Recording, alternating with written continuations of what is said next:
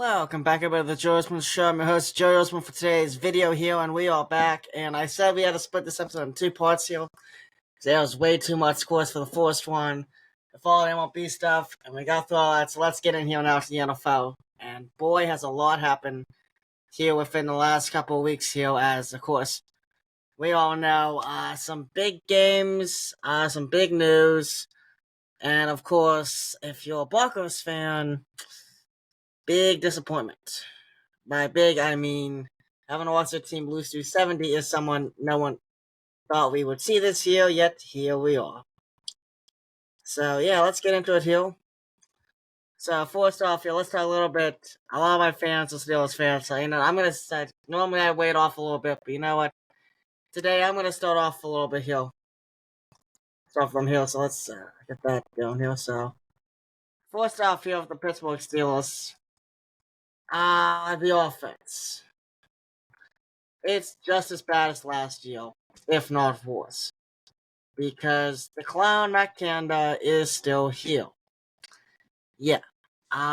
Pretty much, what I would say on the Steelers is they looked a lot better Sunday against the Raiders. Their offense actually looked like an NFL offense, finally. But there are definite things that, of course, they have issues at. And I think offense is still a massive liability for them. Matt Canada clearly is not the right head coach for the job. I think it's been obvious for most people, but the Steelers. But clearly, he is not the man for the job. And when it comes into it here, he is just not a good offensive coordinator. And if you look at the Steelers' offense, it is probably the most predictable offense in the NFL. Like, people say, like, oh, Kenny Pickett's trying stuff. Like, you watch the damn videos and stuff, you'll see there's two main issues with that. One, that offensive line cannot block for anything. And honestly, they can somewhat pass block. They cannot run block at all. They are a complete joke, and something needs to be done about it. Specifically at the tackles, i.e., let the guy you drafted first overall as a tackle be your tackle. I will say that. Honestly, I think the guard's been fine for the most part. It's just the tackles, Shoots, and Dan Moore, who have been awful so far. And that's the nice way of putting it, awful. And the same, when you draft a guy in the first round here, he should be starting. And I don't see why Broderick Jones should not be starting. I don't think Broderick Jones has played anywhere close to the point that he has not got his job. I feel like in my mind here, he's ready to do it. Let's have him do it. Second issue here, and this is pretty obvious. Matt Canada. The play calls are so easy to figure out if you're a defense. It makes it literally like picking apples. Like, it's that easy to pick up what the heck the Steelers are going to do. There's like an actual formula to like it's insanely easy to pick up. So the defenses literally know what's going to happen before it even happens. Every single time, because this man cannot game plan to save his life. But yeah, that's obviously, of course, the main Steelers issues, but finally looking at least a little better. Pickett, I will say, he did not have the best game against San Fran. He did not play good. The Monday night game against the Browns, he was fine, but he could have been better, in my mind. But I think a lot of that's on the play calling and on the offensive line for not blocking. And same with Steelers' run game. They're not blocking, and guys like Najee can't do anything, because Najee is an up-the-middle running back. Yet the Steelers are trying to use Najee like Le'Veon Bell as an outside speed running back. That's not what he is. Stop using him like that. Because you're just making him look bad, and you're just shooting yourselves in the foot by doing that. Like, Jaylen Warren's good, I'll give you that. I like Jaylen Warren, but he's not better than Najee Harris. It's just we're not using Najee in the right way whatsoever.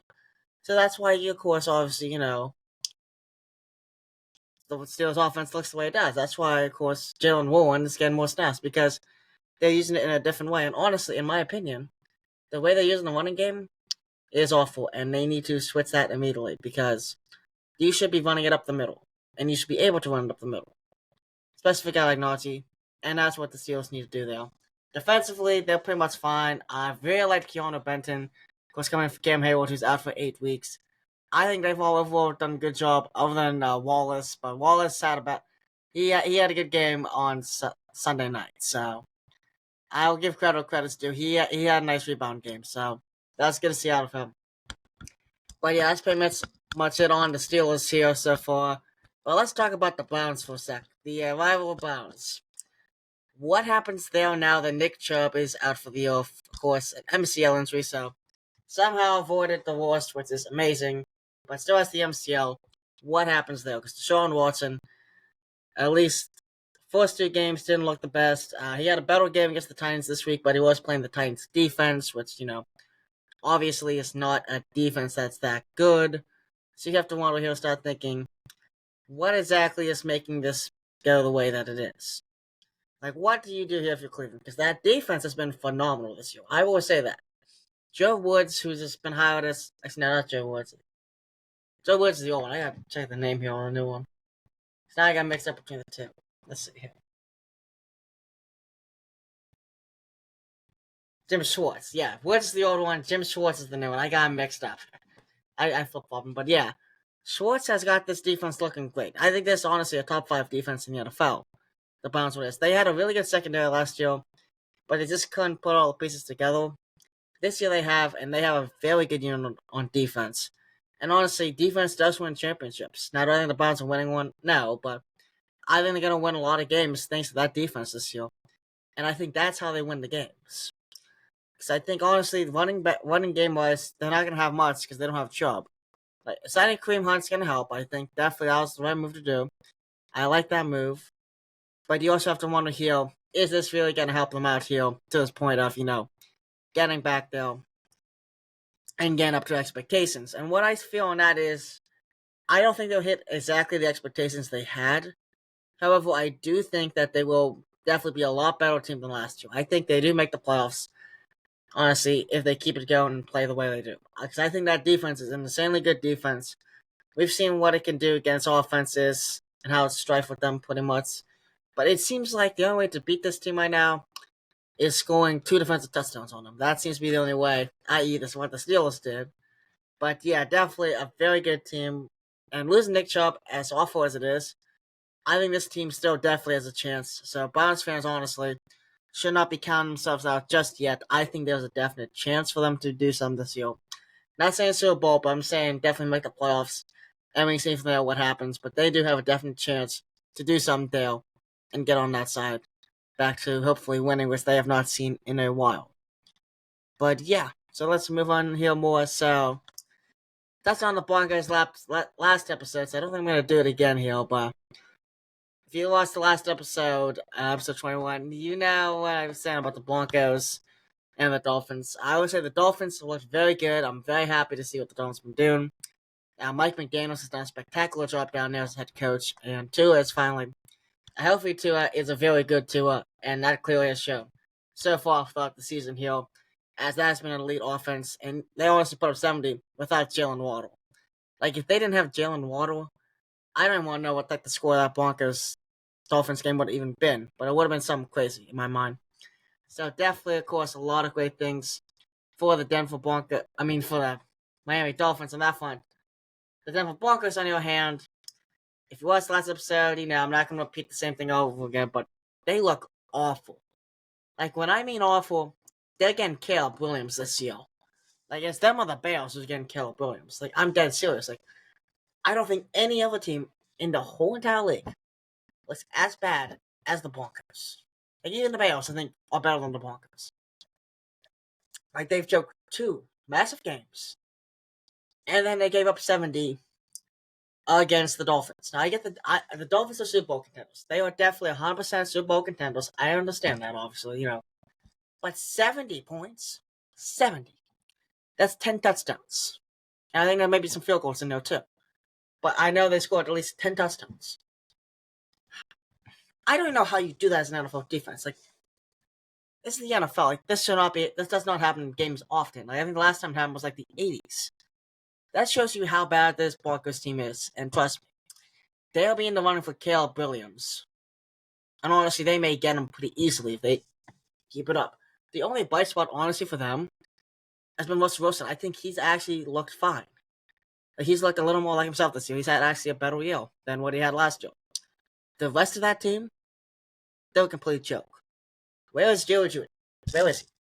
I have not seen Jerry Jeudy. Where is he from? Like the one from college? He was spectacular. What has he done this year? Not much. Cortland Sutton, where's he been? I don't know. I was thinking, let's move on to the defense here. Now I know they don't have much in the pass rush. I understand that. Where's Patrick Tatum? Like he got demolished this week, and he's supposed to be one of the best young cornerbacks in the game. I think he is. Honestly, and his plays off game, but still, he gave up that performance. Like that's what he had. Like you have to wonder what is going on in Denver here. Like this should be a better team than last year. Yet it looks honestly worse than last year. And last year was actually one of the biggest disappointments I've seen in a while. Like what is going on here that is having this happen here? And honestly, I think your answer is two things. I think the ownership group that took over has not done a well job, if not an even worse job than the previous ownership. And the other thing, honestly, is Sean Payne. He's the other common denominator that is new. And I'm sorry, but I don't think Sean Payne's that good of a head coach, honestly. Like, just watching what's happened so far with 3 weeks of the Broncos, it's starting to make you think, maybe he got carried by the town of New Orleans. Because New Orleans had some great talent, especially when they won that Super Bowl and those playoff runs in 2017, 2018, 2019. They were some talented teams. So now that begs the question here with Sean Payne. Are you really that good of a head coach? Honestly, and a good head coach shuts his mouth and does his work, not insulting over teams. That's what Sean Payne has been doing and pretty much trying to push all the blame onto others this whole, season so far. That's what he's been doing. And it clearly shows that has had a massive effect on this whole locker room. And clearly they don't think they can be good. And they're playing like garbage because of that. I guarantee you. That is one of the main reasons here the Broncos have been so bad, is Sean Payne and his mouth. And if you're Sean Payne here, honestly, just be quiet and just coach. Because we know you can be a good coach. That is definitely, we've seen what the New Orleans Saints can do. We know he can be a good coach. But if he doesn't shut his mouth, and his players keep hearing him pass the damn team on the media every single day, the team's not going to want to play for him. And it's going to blow up before he doesn't. So he needs to do something now before this blows up completely and he loses the team. Because right now, it just seems like an actual disaster. Kind of like the New York Jets. Let's get into the Jets, Jets. Yeah, so pretty much that whole season really did rely on Aaron Rodgers, huh? I kind of thought that Aaron Rodgers was going to help out big time, but I thought Zach Wilson would, maybe learn a little bit under Aaron Rodgers, be better. That is not the case. He's still Zach Wilson. So, yeah, Jets fans are back where they started.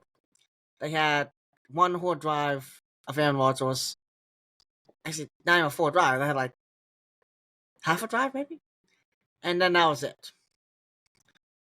Yeah, so pretty much, honestly, the whole Jets situation, I don't think there's much you can do. I don't think you can trade for a quarterback in the middle of the year. I don't think anyone's going to trade you one. And honestly, you need a new quarterback. Zach Wilson, honestly, to this point now, after this latest whole thing here, I think this is finally the point where you just say, he's just not our guy, and he needs to go. And I do think so. Like, I admire them actually at least trying to keep him and have Aaron Rodgers teach him. I think that was the right idea. I don't think that's on Jets management at all. They had the right idea. They did what they should have. I perfectly 100% agree with that. But Zach Wilson was just not the right pick. He was way too overhyped coming out of it. I had a lot of questions of him coming out into the draft of how good he would be. I didn't think he was worth that second overall pick. I would have gone Fields there, honestly. Because I didn't think Trey Lance was either. And look at how those two have been doing. Yeah, they have not been doing good at all. At least Fields had some progress last year. Now this year, that's a bit different story. But, there was some progress. And honestly, the Jets, like, Robert Saleh is losing that locker room. Because he's trying to defend Zach Wilson. Which I understand as head coach, you have to defend your quarterback. That is 101 as a coach. I'm all for Saleh doing that. I think that's what he should be doing. But that whole locker room is also just turning on him right now. Because they're frustrated, honestly. And you can't blame them. Like, look at Gaylord Wilson on the sidelines. He's mad about it. He expects to be good. And he can't be good because Zach Wilson's not being good for him. And look at Sauce. Like, he's complaining about scheming. That he should have been on CeeDee Lamb during the Cowboys game the whole time, which honestly, he should have. I don't know why Sauce Gardner was not on him. He should have. I don't think CeeDee Lamb has the game he does if Sauce Gardner was on him. Like, there's only one play that he was on him, and now Sauce did not have the best play on that, but still. He was able to actually somewhat limit him compared to the other cornerbacks on the Jets team. And right now, it just seems like overall, there's just so many different things going on now that you have the question here, what exactly is going to have to happen here? Because clearly it's not working, and if something does not change, which obviously I don't think really can at this point, just they're locked in here. But Valbasola could be on the firing table very soon if this keeps up here. But next up here, let's talk about their other New York counterparts, the Giants. What a disappointment. They just have not played well. I think the last game against the 49ers, they definitely tried a lot harder to, they tried the hardest to win that game, but they just weren't being the 49ers, which, the 49ers are probably the best team in the NFL this year. I really do think they're the best team. So I don't blame them for not being able to get them. I don't blame them. That was a tough game. You didn't have Saquon. Understandable. But week 1 against the Cowboys, that was completely unacceptable. Danny Dimes did not look good at all. He just did not. He does not look like a guy who should have been paid $40 million, which he was in the offseason. He was not that guy. Saquon Barkley didn't look the best. And honestly, week 2, Saquon then got hurt. This Giants team has a lot of questions. Evan Neal has not been anywhere close to advertised as an offensive lineman to this point. And that's starting to show me now in year 2 that he's not playing well. Like year 1, I understand it's a rookie. But year 2 now, he should be showing some development. I don't see it. Where's the development been? I have not seen any development whatsoever here. And honestly, it's quite concerning. If he doesn't show development fairly soon, what do you do about Evan Neal? Because he should have developed by this point, in my mind. He should be developed. So a lot of questions on the Giants. I think the defense has a lot of questions still. But I don't think they've been as bad as that offense. I think the offense has not put them in good positions whatsoever. And that has definitely had some, repercussions on that defense to this point here. But yeah, that's definitely, of course, something to watch with the Giants. But I don't think they're anywhere close to as good as last year. Which is surprising because they should have been a lot better than last year, honestly. Because they had a great offseason. But I do want to hear how Jalen Hyatt does fit into the Giants. I think that is a guy who can make and break this season. Honestly, he could definitely turn it around if he can actually get used. We'll see how that happens, but definitely I think he is someone who can actually help turn that around and help them out there. But yeah, let's see here what else I want to talk about.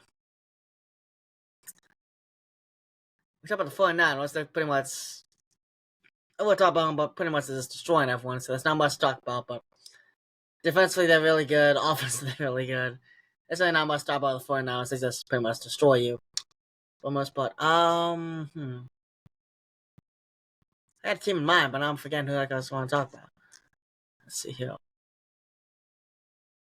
Oh, yeah, the Bears. There it is. There's the Bears. See? You wonder why I forgot about that team?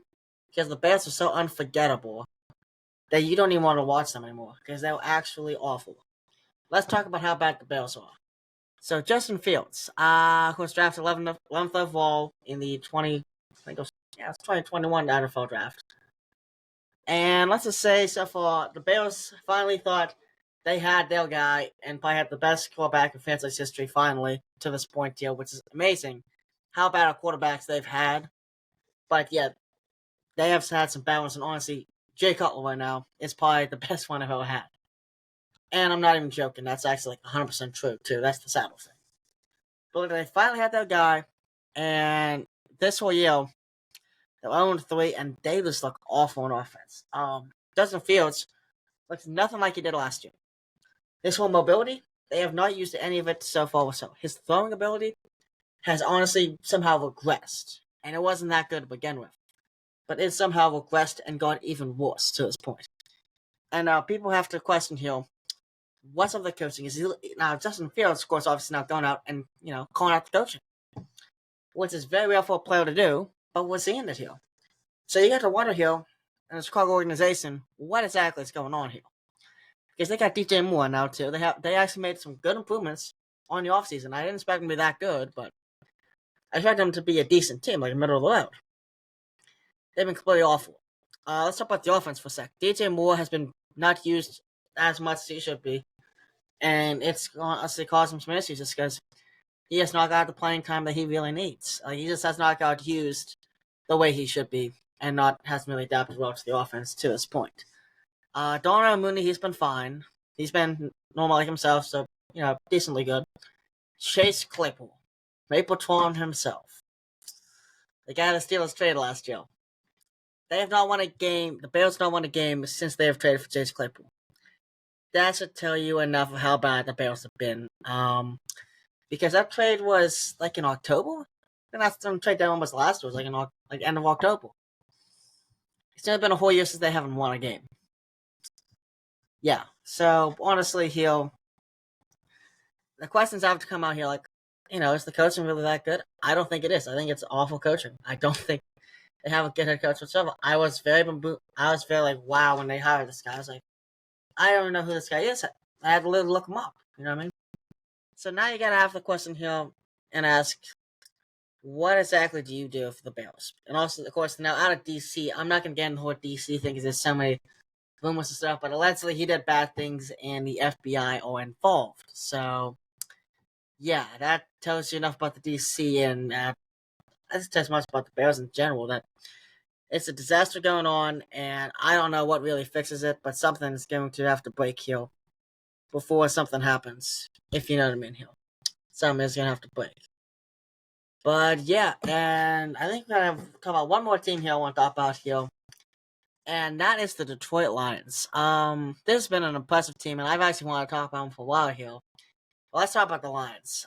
Dan Campbell has got these guys going. They're 2-1 right now. Of course, the Seattle loss was a little bit of a heartbreak, but there was a game they were in the whole time, and honestly, there were some bad calls by the refs that kind of gave the Seahawks that game there. But the Lions look great. That defense looks very phenomenal. A big improvement over last year. CJ Gardner was very good. Gardner Johnson was very good when he was there. Of course, now out for the year, sadly, but he did look good when he was there for the Lions. It was a big help, and it's still a big help on the sidelines as well. He'll with mentoring these young guys. But Brian Branch, the second round pick, has looked phenomenal so far. I'm really impressed by him. I think he's done a great job and has helped out that defense and secondary immensely.